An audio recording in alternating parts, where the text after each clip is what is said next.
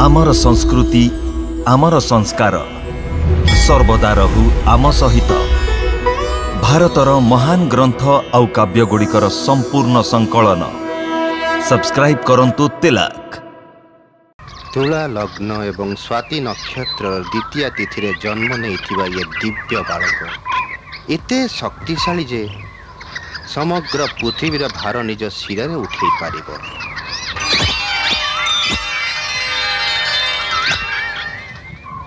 यार अनंत गुण जो ये समस्त मित्र एवं बंधु बांधव को आनंद प्रदान करिब। तेणु यार ना हैला राम। यार बलर किछि सीमा नहीं, तेणु लोके ताकू बलराम भी कहिबे।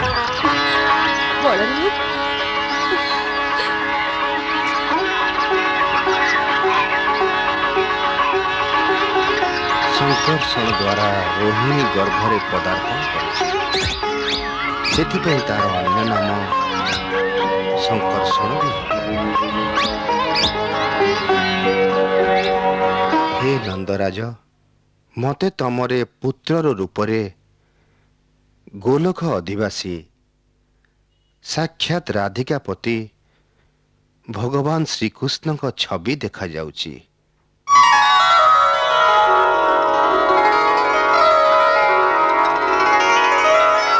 तेणु मु ताना ताहा ही रखिबी।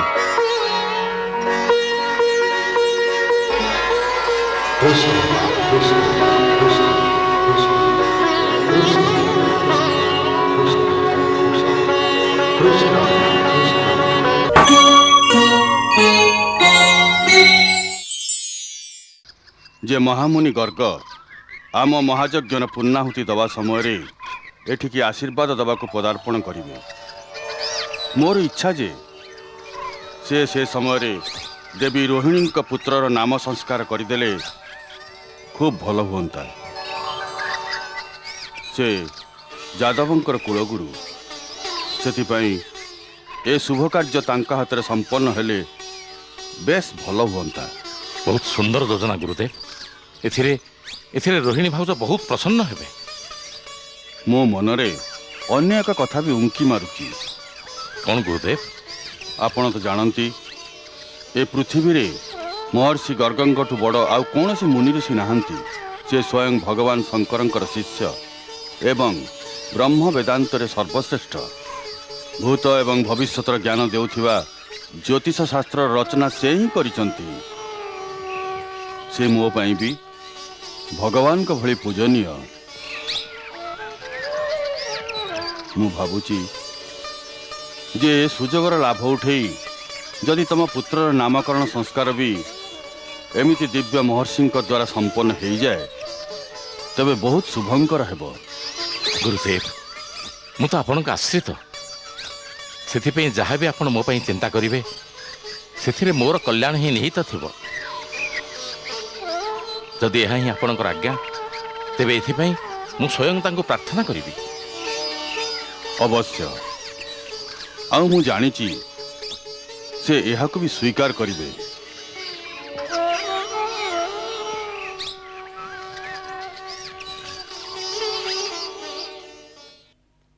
यशोदा, यशोदा भाउज,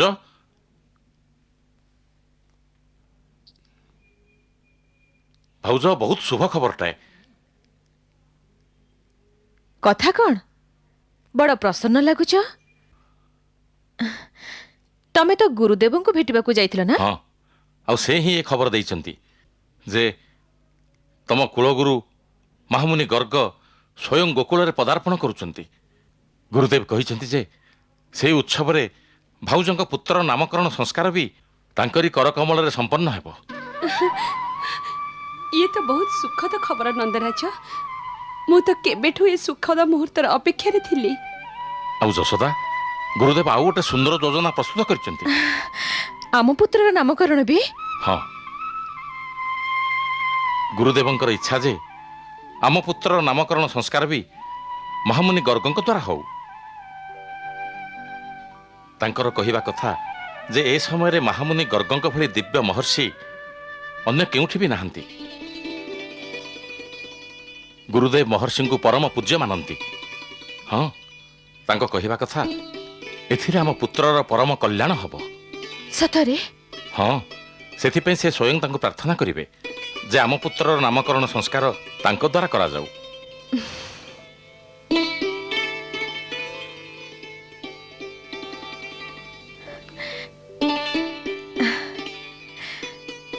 ମୋ ଧନ, ତୁ କେତେ ଭାଗ୍ୟବାନ ରେ।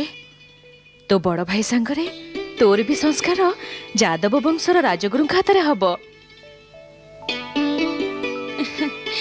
ନନ୍ଦରାଜ, ଏ ଅବସରରେ ଉତ୍ସବ ତ ଦିଟା ହବ ନା? ନା ଭାଉଜ, ଉତ୍ସବ ପାଇଁ ଗୁରୁଦେବ ମନା କରିଛନ୍ତି। କାହିଁକି? ତାଙ୍କର ଆଜ୍ଞା ଯେ ଆମର ଦୁଇ ପୁତ୍ରଙ୍କ ସଂସ୍କାର ନିହାତି ଗୁପ୍ତ ଭାବେ କରିବାକୁ ହେବ। ତାଙ୍କ ସୂଚନା ଅନୁସାରେ କଂସ ଏପର୍ଯ୍ୟନ୍ତ ବି ସମ୍ପୂର୍ଣ୍ଣ ରୂପେ ନିଶ୍ଚିନ୍ତ ହୋଇନି। ତା ମନରେ ସନ୍ଦେହ ରହିଛି ଯେ ଦେବକୀ ଭାଉଜଙ୍କ ଅଷ୍ଟମ ସନ୍ତାନ କନ୍ୟା ହେବା ଅସମ୍ଭବ। ନିଶ୍ଚିତ ବସୁଦେବ ତାଙ୍କୁ ଗୁପ୍ତରେ ଅନ୍ୟ କେଉଁଠିକି ପଠାଇ ଦେଇଛନ୍ତି। ତାଙ୍କୁ ଖୋଜିବାକୁ ତା ଗୁପ୍ତଚର ପ୍ରତି ଗାଁରେ ବୁଲୁଛନ୍ତି। ଯଦି ସେ କଥା ଜାଣିପାରେ ଯେ ଯାଦବଙ୍କ କୁଳଗୁରୁଙ୍କ ଦ୍ୱାରା କୌଣସି ଶିଶୁର ସଂସ୍କାର କରାଯାଇଛି, ତେବେ ସେ ତାକୁ ହିଁ ଦେବକୀ ଭାଉଜଙ୍କ ଅଷ୍ଟମ ସନ୍ତାନ ଧରି ନେବ, ଯେଉଁଥିରେ କି ପୁତ୍ର ଉପରେ ବଡ଼ ସଙ୍କଟ ଆସିପାରେ।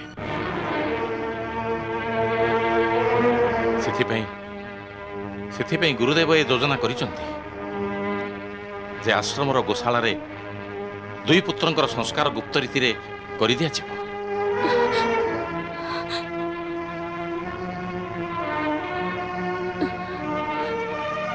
हे भगवान, हे प्रभु, तू ही आम समस्त को रक्षा करिबो। हे देवी माता, तू ही मते कोलपूर्ण हबार आशीर्वाद देथिलु। एबे तू ही आम समस्त को रक्षा कर।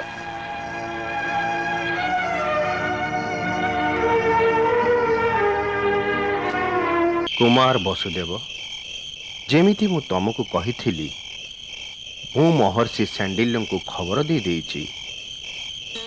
ସେହି ଅନୁସାରେ ସେ ଗୋଟେ ଯଜ୍ଞର ଆୟୋଜନ କରି ମୋତେ ସେଥିରେ ଯୋଗଦାନ ପାଇଁ ନିମନ୍ତ୍ରଣ ପଠାଇଛନ୍ତି।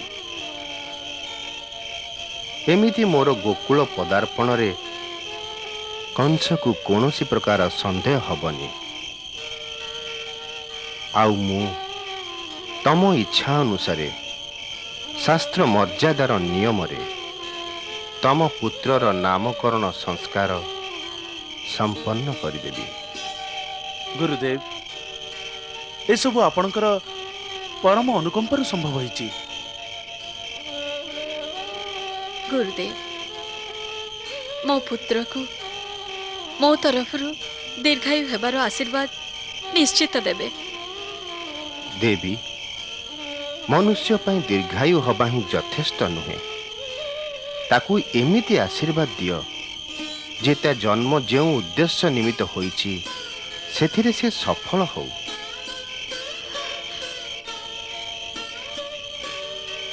आपणकर वक्तव्य उचित गुरुदेव, किंतु मार हृदय रे तो पुत्रर आयु कामना ही सर्वप्रथम होइथाय।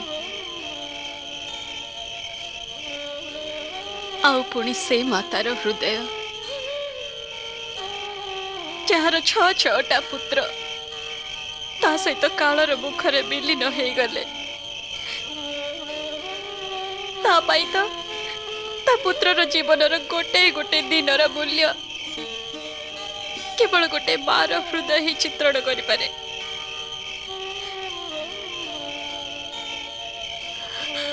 आपण यह को नारी हृदयर दुर्बलता भी कहि पारंती, किंतु किंतु से दुर्बलता पछरे जो संतान मोहर विवशता अछि ताको केवल जड़े नारी ही बुझी पारे। पुरुष ए भावनार गंभीरता को स्पर्श करि परिबनी, ताको दुर्बलता ही कहिबे। किंतु ए मोहर पीड़ा ही नारीर जीवन।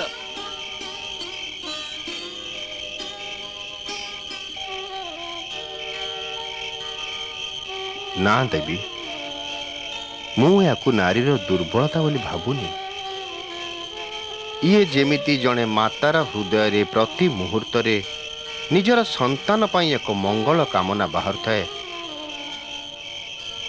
ତାହା ନିର୍ମଳ ମମତାର ଏମିତି ଏକ ଦିବ୍ୟ ରୂପ ଯାହା ପୂର୍ଣ୍ଣତଃ ଛଳନା ବିହୀନ, ଯାହା ସ୍ୱାର୍ଥ ରହିତ, ଯାହା ଗୋଟେ ଝରଣା ଭଳି ନିରନ୍ତର ବହୁଥାଏ। ପ୍ରକୃତ ପ୍ରେମର ଏମିତି ଦିବ୍ୟ ଝରଣା ସାରା ସୃଷ୍ଟିରେ ମାର ହୃଦୟ ବ୍ୟତୀତ ଅନ୍ୟ କୋଉଠି ମିଳେନି।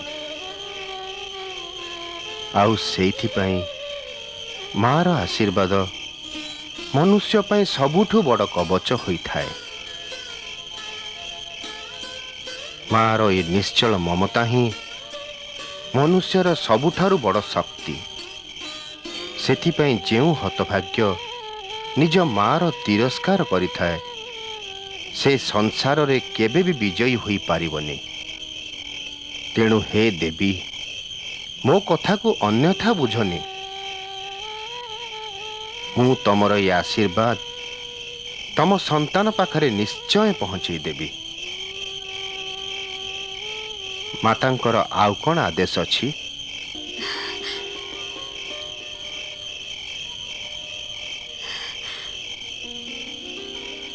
ଗୁରୁଦେବ, ମୁଁ ମୋ ପୁତ୍ର ପାଇଁ ନିଜ ହାତରେ ଗୋଟେ ପରିଧାନ ତିଆରି କରିଛି।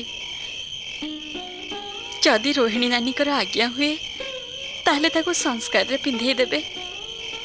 ଅତି ଉତ୍ତମ, ଆଣ। ମୋର କିଛି ବି ଧାରଣା ନାହିଁ ଯେ ସେ କେତେ ବଡ଼ ହେଇଯିବଣି। ଆପଣଙ୍କର ଦିବ୍ୟ ଦୃଷ୍ଟି ଅଛି, ଆପଣ କୁହନ୍ତୁ ତ, ଏଇଟା ଠିକ ହବ ନା ଏଇଟା? ମା ତ ଆତ୍ମାର ଆଖିରେ ନିଜ ସନ୍ତାନକୁ ଦେଖିଥାଏ। ମା ଠାରୁ ଅଧିକ ଦୃଷ୍ଟି ସାଧୁର ହେଇପାରିବନି। ଇଏ ତମେ ଭଲ କରିଛ, ଏ ଦୁଇଟା ତିଆରି କରିଛ। ଦୁଇଟା ମତେ ଦେଇଦିଅ।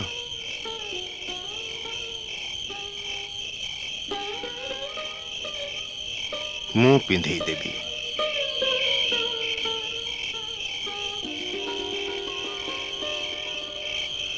ଧନ୍ୟ ଆପଣଙ୍କ ଲୀଳା ପ୍ରଭୁ। ମାର ଆଖିରେ ବି ଏମିତି ଦିବ୍ୟଜ୍ଞାନ ଭରିଦିଅ ଯେ ଅଜାଣତରେ ବି ତାର ସମସ୍ତ କାର୍ଯ୍ୟ ଠିକ୍ ଠିକ୍ ହୋଇଥାଏ।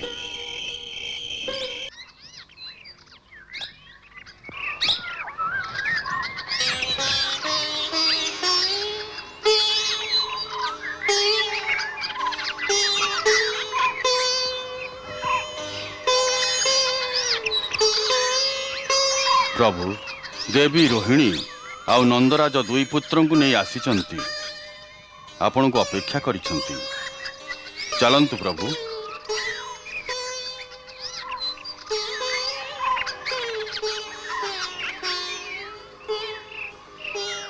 କ'ଣ ଭାବୁଛନ୍ତି ଭଗବାନ? ମୁଁ କେତେ ଯୁଗରୁ ଯଦୁବଂଶର କେତେ ପିଢ଼ିର ପୌରୋହିତ୍ୟ କେବଳ ସେହି କ୍ଷଣର ପ୍ରତୀକ୍ଷାରେ କରି ଆସୁଛି, ଯେଉଁ କ୍ଷଣରେ ମୋତେ ସେ ପୂର୍ଣ୍ଣ ପରମାତ୍ମାଙ୍କ ବଳ ରୂପରେ ସାକ୍ଷାତ ଦର୍ଶନର ସୌଭାଗ୍ୟ ପ୍ରାପ୍ତ ହେବ। ଆଜି କେତେ ଯୁଗ ପରେ ସେ କ୍ଷଣ ଉପନୀତ। କିନ୍ତୁ ବିଧିର ବିଡ଼ମ୍ବନା ତ ଦେଖ, ଯେ ସେ ବିରାଟ ସ୍ୱରୂପର ପ୍ରଥମ ସଂସ୍କାର ଯାହା ମୋ ହାତରେ ହେବ, ତାକୁ ମୁଁ କେତେ ସଂକୁଚିତ ଅବସ୍ଥାରେ କରିବାକୁ ବିବଶ। ମୋ ମନରେ କେତେ ଯୁଗରୁ ଏହି କଳ୍ପନା ଥିଲା ଯେ ନାମକରଣ କରିବାର ଅବସରରେ ଯେତେବେଳେ ମୁଁ ଅବିନାଶ ନାଁର ଘୋଷଣା କରିବି, ତିନି ଲୋକ ସେ ନାଁର ପ୍ରତିଧ୍ୱନିରେ ଗୁଞ୍ଜରିତ ହୋଇ ଉଠିବେ। ଆଉ ଆଜି ଦେଖ, ଲୌକିକ କର୍ତ୍ତବ୍ୟ ଏବଂ ସାଂସାରିକ ପରିସ୍ଥିତି କାରଣରୁ ମୁଁ ଗୋଟାଏ ଗୁପ୍ତ ସ୍ଥାନରେ ଗୁପ୍ତ ରୀତିରେ ମୋର ପ୍ରଭୁଙ୍କର ନାମକରଣ ଏମିତି କରିବାକୁ ଯାଉଛି ଯେମିତି କେହି ଚୋରି କରିବାକୁ ଯାଉଛି। ହା।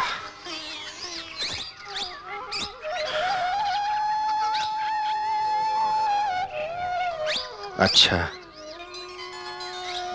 ଏହି ଯଦି ଭଲ ତେବେ ତାହା ହିଁ ହଉ।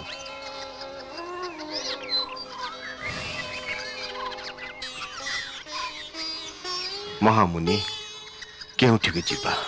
ଭଗବାନ, ଗୋଶାଳାଟି ନିର୍ଜନ। ଶ୍ରୀ ନନ୍ଦରାଜ ସେଇଠି ଅପେକ୍ଷା କରିଛନ୍ତି। ଆସନ୍ତୁ, ଆସନ୍ତୁ, ଆସନ୍ତୁ। ମୁଁ ଅନୁଗ୍ରହିତ ହେଲି। ଆସନ୍ତୁ। ସେଥିପାଇଁ ମହର୍ଷି ସାଣ୍ଡେଲ୍ୟ ଆଶ୍ରମର ଗୋଶାଳାରେ ଅତ୍ୟନ୍ତ ଗୁପ୍ତ ରୀତିରେ ବାଳକ ଦୁଇ ଜଣଙ୍କର ନାମକରଣ ସଂସ୍କାର ଆୟୋଜନ କଲେ।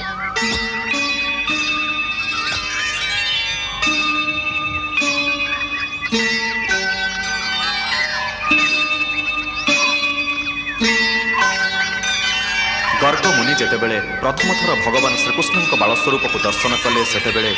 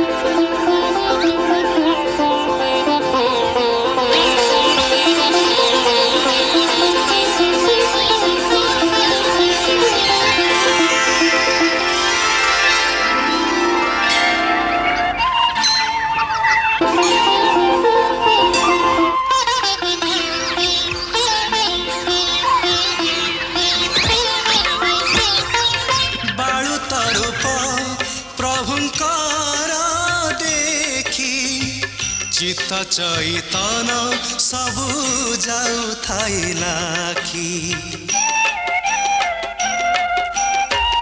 ଅପାର ଆନନ୍ଦ ମନେ ଉଠାଇ ଜୁଆର ନୟନ ଯୁଗଳୁ ବହି ଆସେ ନୀର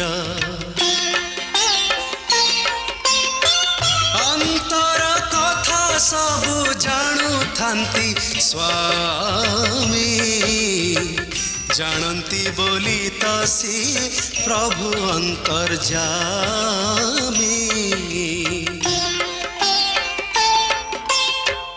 କେମିତି ଯେ କରିବେ ସ୍ୱାଗତ ମୁନିବର ଭାବୁଥାନ୍ତି ମନେ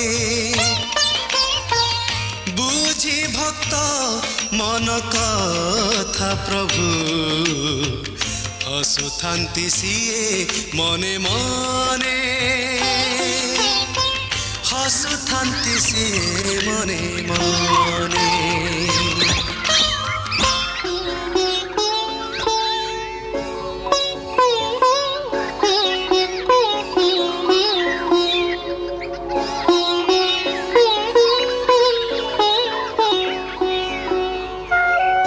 ଭଗବାନ,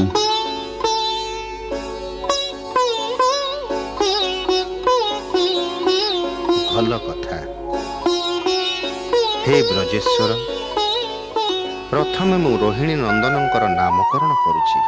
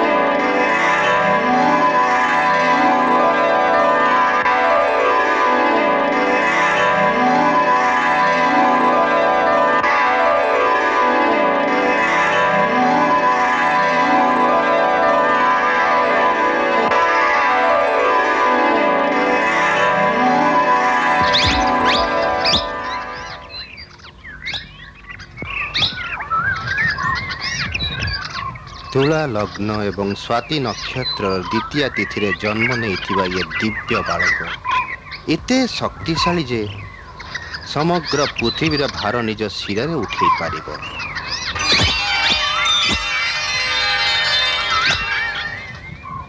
ୟାର ଅନନ୍ତ ଗୁଣ ଯେଉଁଥିରେ ଇଏ ସମସ୍ତ ମିତ୍ର ଏବଂ ବନ୍ଧୁବାନ୍ଧବଙ୍କୁ ଆନନ୍ଦ ପ୍ରଦାନ କରିବ।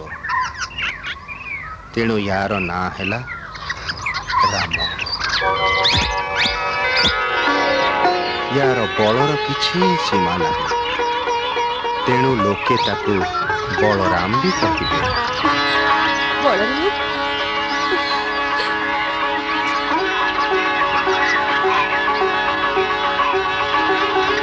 ସଂକର୍ଷଣ ଦ୍ୱାରା ରୋହିଣୀ ଗର୍ଭରେ ପଦାର୍ପଣ କରିଛି। ସେଥିପାଇଁ ତାର ଅନ୍ୟ ନାମ ସଂକର୍ଷଣ ବି ହେବ।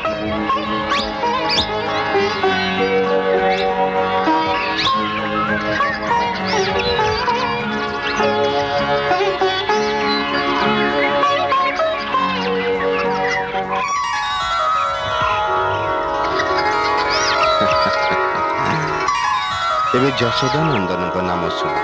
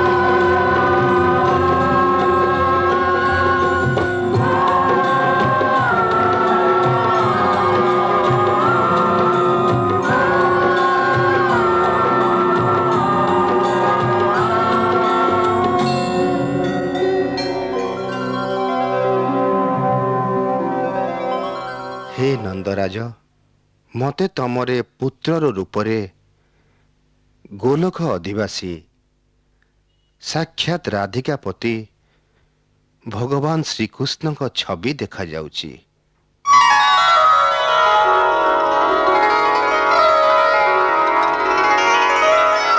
ତେଣୁ ମୁଁ ତା ନା ତାହା ହିଁ ରଖିବି। କୃଷ୍ଣ କୃଷ୍ଣ କୃଷ୍ଣ କୃଷ୍ଣ କୃଷ୍ଣ କୃଷ୍ଣ କୃଷ୍ଣ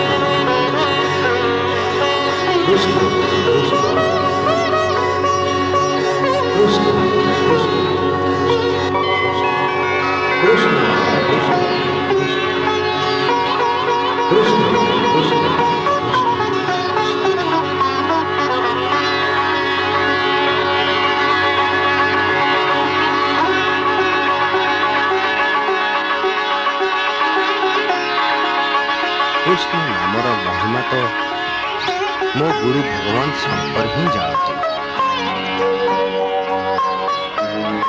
ତାଙ୍କରି ମୁଖର ବିନ୍ଦୁରୁ ମୁଁ ଏ ନାମର ରହସ୍ୟ ଜାଣିଛି। କୃ ଶବ୍ଦ ନିର୍ମାଣର ବାଚକ, ର ଶବ୍ଦ ମୁଖ୍ୟ ବାଚକ, ଆଉ ଅ ଶବ୍ଦର ଅର୍ଥ ହେଉଛି ଦାତା। ତେଣୁ କୃଷ୍ଣ ସେଇ ଯେ ନିର୍ମାଣ ଏବଂ ମୋକ୍ଷର ଦାତା। ଆପଣଙ୍କ ପୁତ୍ରର ଆହୁରି ଅନେକ ନାମ ରହିଛି ତଥା ଗୁଣ ବି ଅନନ୍ତ। ତେଣୁ ତାଙ୍କର ଯେତେ ବି ଅନନ୍ତ ଗୁଣ ରହିଛି ତା ଅନୁସାରେ ସେତେ ହିଁ ଅନନ୍ତ ନାମ ୟାର। ଯାହା ସାଧାରଣ ସାଂସାରିକ ଜାଣିପାରିବ, ମୁଁ ସେ ନାମକୁ ଜାଣେ। ଆଉ ମୁଁ ଏକଥା ବି ଜାଣିଛି ଯେ ତମର ହିଁ ପୁତ୍ର ପ୍ରତି ଯୁଗରେ ପ୍ରକଟ ହୋଇଥାଏ। ପ୍ରତିଥର ୟାର ରଙ୍ଗ କେବେ ଶ୍ଵେତ, କେବେ ଲାଲ, କେବେ ପୀତ କେବେ କଳା ହୋଇଥାଏ।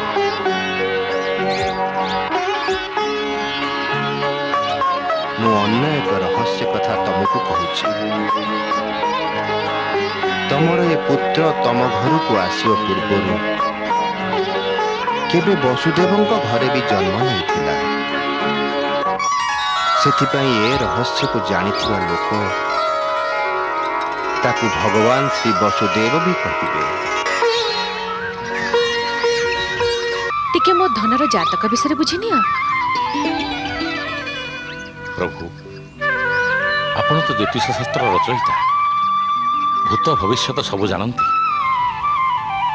ଆମ ପୁତ୍ରର ଜାତକ କ'ଣ କହୁଛି? ୟାକୁ ଜୀବନରେ କେତେ ଆନନ୍ଦ ମିଳିବ?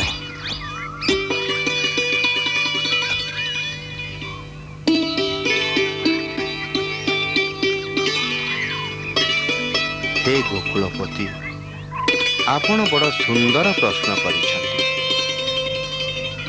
ଏ ଆନନ୍ଦ ଘନ ପାଖରେ ଏତେ ଆନନ୍ଦ ଅଛି ଯେ ଇଏ ବାଣ୍ଟି ବାଣ୍ଟି ଥକି ପଡ଼ିବେ, ତଥାପି ଟିକେ ବି କମ୍ ହବନି।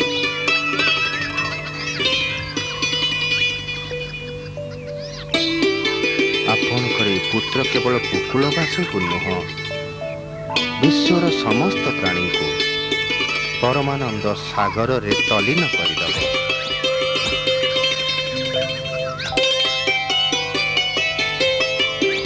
ହେ ବ୍ରଜେଶ୍ୱର, ତମର ଇଏ ଶିଶୁର ଗୋଟେ ବହୁତ ଭଲ ଗୁଣ ଅଛି।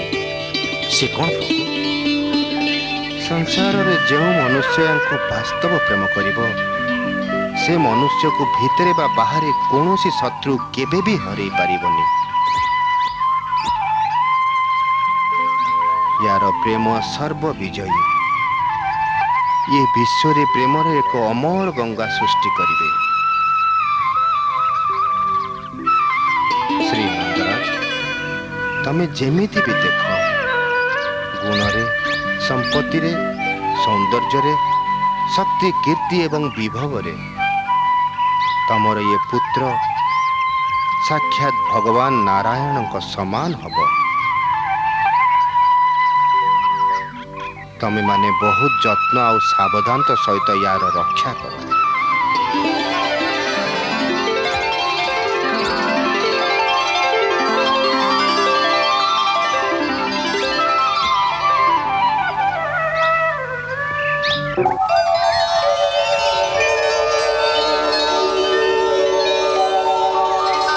ମୁଁ ଦେଖିପାରୁଛି ଯେ ଏଇ ମୁହୂର୍ତ୍ତରେ ଆକାଶରେ ସ୍ଥିତ ସମସ୍ତ ଦେବତା ବି ତମ ଭାଗ୍ୟକୁ ପ୍ରଶଂସା କରୁଛନ୍ତି, ଆଉ ମୋ ଭାଗ୍ୟକୁ ବି।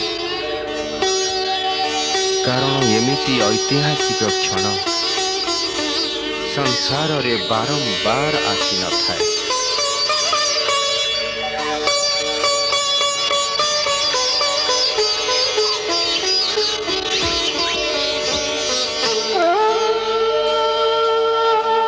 କେମିତି କହିବି ଗୁଣ ତୁମେ ଯେ କ୍ଷମତା ପାର, କୃପା କର ହେ ପ୍ରଭୁ ମୋତେ। ତୁମେ ପ୍ରଭୁ ପରମ ଉଦାର, ତୁମେ ପ୍ରଭୁ ପରମ ଉଦାର। କେ ପାରିବ କହି ଗାରିମା ତୁମର, ତୁମେ ଯେ ଅନନ୍ତ ଅଶେଷ। ଯାର ଦର୍ଶନ ପାଇଁ ଝୁରୁଥାନ୍ତି ଗଣେଶ, ସୁରେଶ, ମହେଶ। ନାହିଁ ଶକ୍ତି ମୋର ସାମର୍ଥ୍ୟ ହେ ପ୍ରଭୁ, ମତିହୀନ ମୁଁ ଦିନହୀନ। ক্ষম দোষ মোর করে প্রণিপাত, বিজে আজি স্বয়ং ভগবান, বিজে আজি স্বয়ং ভগবান।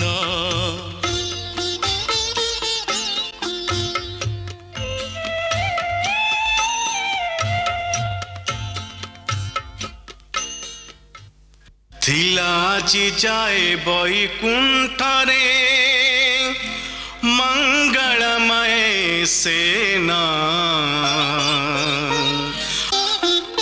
ଆଣିଲ ମର୍ତ୍ତ୍ୟକୁ ସେନା ମତମେ ମୁନିବର ତୁମକୁ ପ୍ରଣାମ मुनिवर तुमको प्रणाम हे गर्ग मुनि तमे भागीरथ समान बुहाइल मर्ते कृष्ण गंगा नाम बुहाइल मर्ते कृष्ण गंगा नाम कृष्ण कृष्ण कृष्ण कृष्ण कृष्ण कृष्ण कृष्ण कृष्ण कृष्ण कृष्ण कृष्ण कृष्ण ओ भूमि रे गगन रे निरंतर विश्व रे गुंजरित हेब कृष्ण नाम कृष्ण कृष्ण कृष्ण कृष्ण कृष्ण कृष्ण कृष्ण कृष्ण कृष्ण कृष्ण कृष्ण कृष्ण जुग जुग जाए ए सचराचर रे शुभुथिबा सदा कृष्ण नाम कृष्ण कृष्ण कृष्ण कृष्ण कृष्ण कृष्ण कृष्ण